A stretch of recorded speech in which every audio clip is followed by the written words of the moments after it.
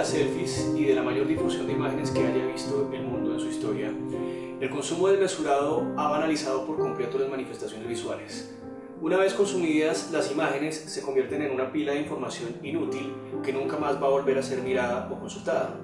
Nuestras generaciones han aprendido a mirar y desechar al mismo tiempo la imagen sin reflexionarla.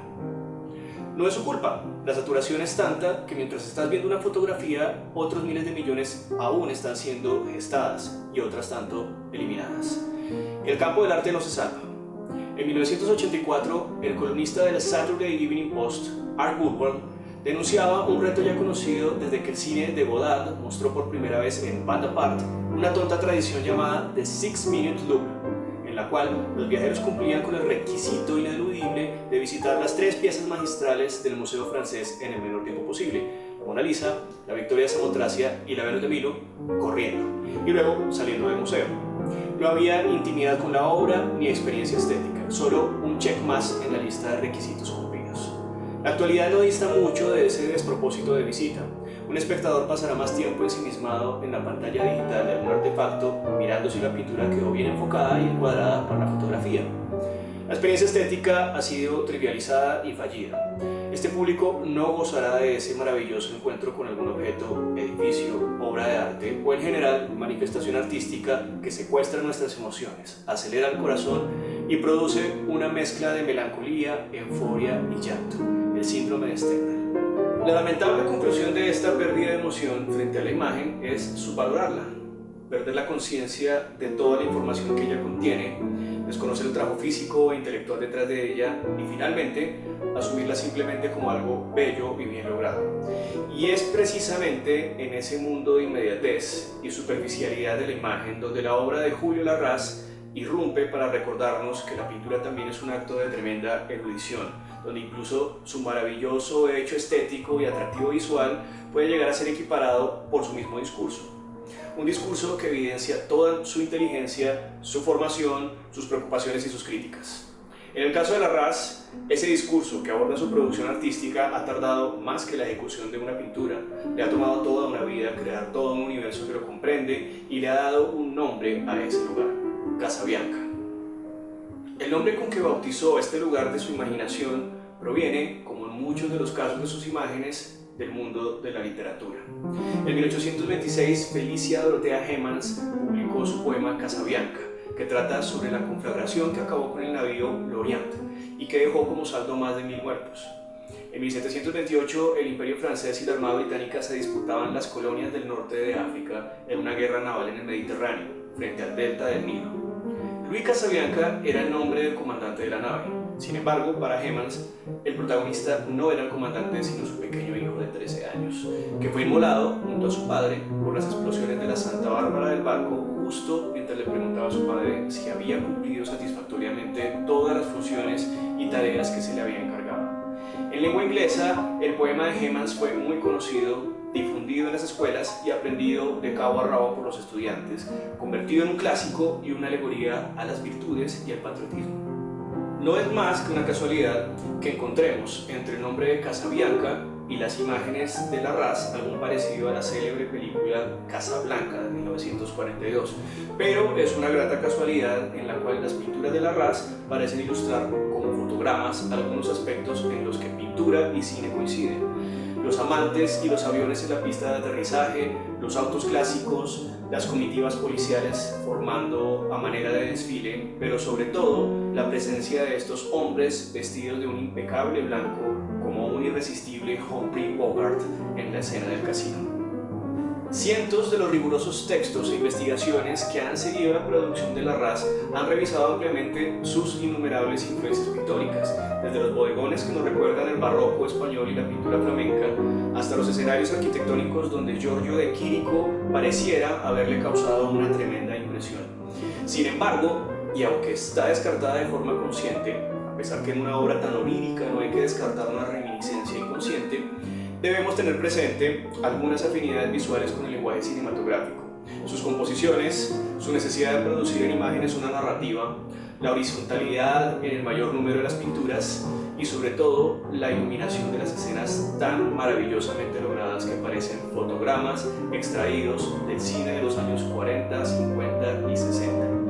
De esta forma, aquellos solitarios ancianos vestidos de blanco impoluto, con sus sombreros de paja gastados y una melancólica mirada al mar, pueden causarnos reminiscencias de The Old Man and the Sea, la de Spencer Tracy o la de Anthony Quinn.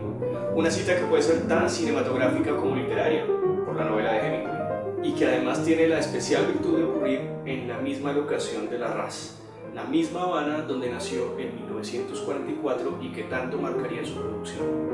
Los viejos y elegantes hombres sentados en sus despachos con mancornas y chaquetas de botón dorado, con sus miradas de desdén, los ponen frente a la arrogante presencia de archivillanos, bandieros, magnates, como un retrato caribeño del Escaramanga interpretado por Christopher Lee en alguna de las películas de James Bond, o un Tony Montana de Al Pacino.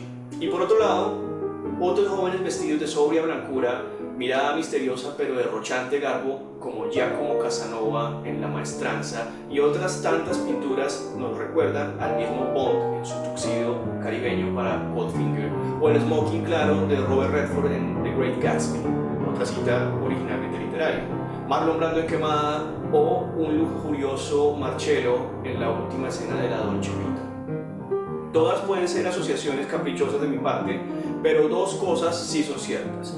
Una, que estas tres categorías de personajes sí parecen estar presentes a lo largo de Casabianca de Larraz y representan una serie de conductas humanas en las cuales el pintor basa su universo. El humilde anciano solitario, el pobre y melancólico pescador que vive del día, el arrogante magnate que llegó a la vejez y que evidencia su apatía por los demás, y el joven apolíneo que se cree invencible al albor de su madurez. Y la otra, que estos tres personajes los une un color. El blanco en Larraz puede ser tanto vejez como juventud, tanto pobreza como riqueza, tanto humildad como arrogancia. En la Casabianca de la enceguecedora luz que brilla siempre cerca al mar, aquella donde nunca llueve, Larraz convierte el color en un elemento que equilibra todas las desigualdades del mundo. El contraste debe ser apenas lógico. La misma luz tropical, cándida y centellante que iluminaba la costa de La Habana cuando la dejó para siempre, era la misma que iluminaba en Miami a su llegada en 1961, cuando apenas tenía unos 16 años. En menos de 200 millas, y a pesar de estar en las antípodas, de tratarse de dos mundos plenamente contradictorios ideológicamente aunque cercanos en distancia, el blanco era el mismo para el pobre anciano pescador en su balsa que para el viejo magnate en su yate. Y esto debió ser una impresión trascendental en su vida. Así que voy más allá. El blanco en Larraz es un color inevitablemente político. Como en el caso de cualquier otro artista, su obra está determinada por sus propias vivencias y decisiones. Mucho más joven, cuando aún era Julio Fernández, el joven Larraz ya vivía del talento de sus manos.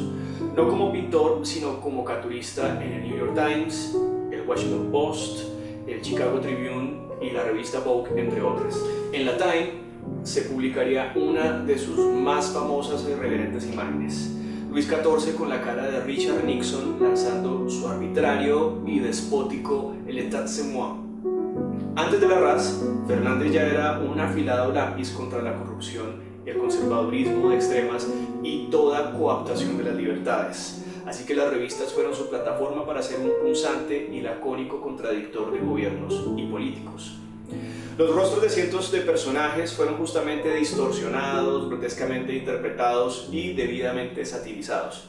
Así que para cuando Julio Fernández descubrió su vocación como pintor, tenía ya tantos enemigos que le tocó morir y dejar nacer a Larraz. Justo como Picasso desapareció a Pablo Ruiz, renunciando al patriarcado para dejar linaje al apellido materno. Se ha dicho de una vez, hay mucho de matriarcado en su pintura, pero eso vendrá más adelante. Más que una coincidencia, como si fuera una revelación, Nixon renunció, así que Fernández también. Aunque Larraz dejó morir a Fernández, algo no murió con él. Su crítica afilada a la sociedad sobrevivió. Entre las décadas de los 70 y 80, Latinoamérica se vio flanqueada en cada una de sus esquinas por temibles dictaduras militares. Y la pintura de apacibles y tropicales bodegones no pudo soportarlo, así que las juntas de uniformados y tiranos ya empezaron a aparecer, como en el pasado, burlados, ironizados, pero esta vez no caricaturizados. La maravillosa Ansatsu de 1989 o De facto de 1988 ya auguraban un universo nuevo de personajes retratados desde la intimidad de su ilimitado poder. Parecía operar como pintor oficial o tal vez como fotógrafo oficial de aquellas autocracias ficcionadas, pero sacando sutilmente lo más ridículo de ellas, tal vez un espía encubierto de estos regímenes fantásticos. De facto, parece realmente un bodegón de jugosas sandías, pero es realmente una escuadra en formación militar acompañando a su comandante en un discurso. Mayday, de 1989, presenta a los escoltas de la reina como homúnculos inofensivos frente a su masiva y monumental protegida. Y aún así, la composición sigue pareciendo una suerte de caravallesca naturaleza muerta. En Faites venir les clones, de 1993, un patético dictador que ni parado en el podio alcanza a llegar a la altura de los micrófonos. En todos estos personajes que fue creando, revivía esa agresiva crítica política a un mundo plenamente controlado y represivo. Para cuando Casabianca empezó a aparecer en sus pinturas, el repertorio de personajes que había inventado era tan extenso que se dio cuenta que no debían ser seres aislados, sino que todos podían hacer parte de un mismo universo. Posiblemente ya existían en un mismo universo, pero la aparición de Casabianca le dio a Larraz la conciencia de que ese mundo ficcionado tenía un nombre, una geografía y una serie de historias particulares. Pero Casabianca es mucho más que un reino mítico producto de la imaginación del artista. En conclusión, Casabianca es una caricaturización poética, satírica y onírica del mundo real. ¿Cuándo apareció Casabianca? Seguramente siempre estuvo en su cabeza, armada de retazos de pinturas de Edward Hopper, ilustrando la Ilíada, la Odisea y la Eneida. Tal vez también de esas furtivas e inalcanzables imágenes del cine que yo sigo creyendo que quedaron grabadas en su inconsciente.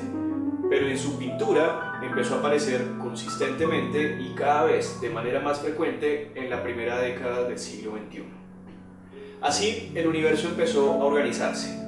Geográficamente empezó a dar nombre a lugares específicos, administrativamente a delegar funciones a personajes y políticamente a originar un sistema de gobierno con monarquías, dictaduras y militares. Hasta le dio tiempo a Larraz para darle trabajo a alguna interesantísima figura eclesiástica que regenta las actividades devocionales y religiosas de este universo. Pero en este universo tan mundano y sexy, nada escapa del hedonismo, ni este cardenal al que siempre vemos más ocupado de los asuntos terrenales que de los espirituales en pinturas como L'Heure de l'Apéritif o aproximándose con lascivas intenciones al lupanar flotante en A Peaceful Meeting at la Tremebunda. Este último, un lugar controlado por la Madame Juana Campamento. Porque si Larraz había organizado tan estratégicamente cada uno de esos aspectos decadentes de una sociedad, no podía faltar el del sexo, que en Casabianca está monopolizado por su madame. La misma dirige La Maestranza, un prostíbulo con nombre de plaza de toros, porque según ella, acá solo entran sementales, nada de novillos. Atención, algo extraño pasó acá. Mientras Larraz me estaba contando las anécdotas de Juana Campamento, pasamos de la ficción a la realidad en un momento que no pude determinar. Es decir, los personajes tienen vidas, tienen anécdotas, o por lo menos Larraz los empieza a describir como si los conociera. Se ríe de sus chistes. Casabianca por un segundo parece ser real, al menos para él. Y si es real, ¿dónde está Casabianca? Pues ya se ha dicho que a pesar de las semejanzas no es la misma Casablanca de Bogart, aunque la pintura titulada The King of the Casabianca Grand Prix pareciera llevarnos al mismo lugar. En la Casablanca africana sí existió un único y desastroso Grand Prix en 1958 y sí asistió un rey, pero el que acá en la pintura posa junto al auto está lejos de parecerse a Mohamed V de Marruecos. Y este Mercedes-Benz W196 nunca participó en aquel Grand Prix. Larraz nos ha tendido una trampa, pero tampoco la punta Covadiles ni Dos Pasos que encontramos en otras pinturas de esta reciente serie parecen ser fiables lugares reales. La respuesta la encontramos en otro personaje recurrente del mundo del pintor, Homero. Cuando mencionaba a la Ilíada, la Odisea y la Eneida, regresamos a la niñez del pintor en La Habana, leyendo los clásicos a petición o más bien exigencia de la escuela, y su impresión marcaría al joven para siempre. El ávido pintor que es Larraz parece ser posiblemente solo superado por el lector Larraz. Su pintura es un indescifrable compendio de citas, de las cuales seguramente sus favoritas son las de Homero, uno de los protagonistas y posiblemente el espectador principal y narrador en sus pinturas. Petrarca y Hesiodo también son constantemente citados en sus cuadros, conviviendo anacrónicamente ese mundo moderno de confort y lujo, de yates, aviones y jarlistas como Peter Fonda en Easy Rider. Por eso, en ocasiones encontramos en Casabianca imágenes mediterráneas en las cuales se nombra a la Cumea de la Sibila, a Isla Falconera y un coloso en el puerto de Casabianca que recuerda al de Rodas. Todos estos lugares próximos a la antigua civilización grecorromana a la que admiró a partir de la lectura de los clásicos de su juventud. Casabianca entonces habita en la literatura. Hay en la geografía de este lugar de la imaginación del artista y de su pintura en general una confluencia entre las playas caribeñas de su niñez, las de su adultez, a donde la deriva lo fue llevando, y las de su mente alimentada por la literatura. La Creta, de la que escapan Ícaro y Dédalo en Casabianca, tiene algo de La Habana vieja, como balseros recursivos buscando métodos cada vez más audaces y poéticos de escapar. Así que el sol que derrite sus alas, el mismo que ilumina con esa característica luz todas sus obras, es un punto intermedio entre los destellos del trópico y el resplandor mediterráneo. Al respecto de esa particularidad de su pintura, el historiador Edward Lucy Smith escribió un juicioso ensayo titulado The Disquieting Light of the Tropics. Pero nuevamente el lector Larraz nos presenta una referencia a la literatura que define la naturaleza de la luz en su pintura, el nunca Nobel británico Graham Greene. La mención me parece reveladora porque como colombiano siempre me llamó la atención que Gabriel García Márquez haya acudido con tanta atención a las novelas de Greene para explicar la forma en que su escritura le había permitido comprender el Caribe, como si un costeño como García Márquez no lo hubiera podido hacer por sus propios medios y por derecho propio de nacimiento. Podría decirse un mismo tanto de Larraz, que como hombre del Caribe y ávido observador de la luz podría conocer todos los secretos del color del trópico, pero no. Tanto en Gabo como en Larraz, la sensibilidad es un problema más literario que experiencial. Así que no puedo evitar poner acá una frase del mismo Gabo que pareciera perfectamente aplicar a la pintura de Larraz. Dice Gabo: Graham Greene me enseñó nada menos que a descifrar el trópico. A uno le cuesta mucho trabajo separar los elementos esenciales para hacer una síntesis poética en un ambiente que uno conoce demasiado, porque se sabe tanto que no se sabe por dónde empezar, y tiene tanto que decir que al final no se sabe nada. Graham Greene resolvió ese problema literario de un modo muy certero, con unos pocos elementos dispersos pero unidos por una coherencia subjetiva muy sutil y real. Con ese método se puede reducir todo el enigma del trópico a la fragancia de una guayaba podrida. Cierro comillas. El parangón parece apenas lógico. Greene retrató el trópico con los ojos de un foráneo paseándose por La Habana. Las imágenes que nos producen Our Man in La Habana, su obra maestra de agentes secretos y espionaje en plena Guerra Fría, podría ser perfectamente ilustrada por las pinturas de Edward Hopper, de las que son plenamente contemporáneas. Hombres y mujeres imbuidos en sus labores, atrapados por la arquitectura de Deco, viviendo en un mundo completamente probable. Pero en la lectura de un latino a la obra de Greene, el trópico se transforma en algo místico, irónico, donde todo es posible.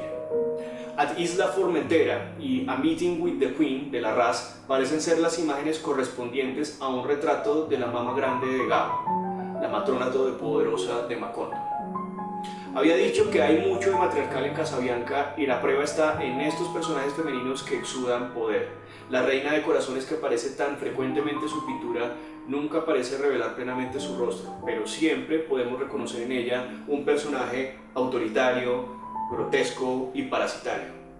En fin, siguen las correspondencias. Juana Campamento, la abuela desarmada de la Cándida Heredia. Macondo, Casabianca. Dos mundos fantásticos, satíricos, infinitos y de un desbordante realismo mágico. Descifrar a plenitud Casabianca es un imposible que solo podría ser logrado a través de los viajes del artista, de las obras que le han impactado, de los cientos de libros que ha devorado y de las vivencias que ha acumulado. Un imposible que tardaría más de medio siglo en comprender. Por eso es solo de esperar que la única persona autorizada a desentrañarlo sea Larraz y que en algún momento se anime a escribirla. Después de todo, es un proceso apenas lógico si se tiene presente que es un mundo que proviene en gran medida de las letras y que por tanto debe volver a ellas. Y como se ha visto, cuando una pintura tiene tanto que explicar, tantas referencias, minucias y complejidades, nos lleva a repensar la imagen y rescatarla de esa inmediatez y banalidad. A través de Casabianca, el artista nos exhorta y exige a meternos dentro de cada una de sus escenas y descubrirlas. Algo que, como se ha logrado entender, si usted ha llegado a este punto de la lectura, es imposible en un 6 minute ras.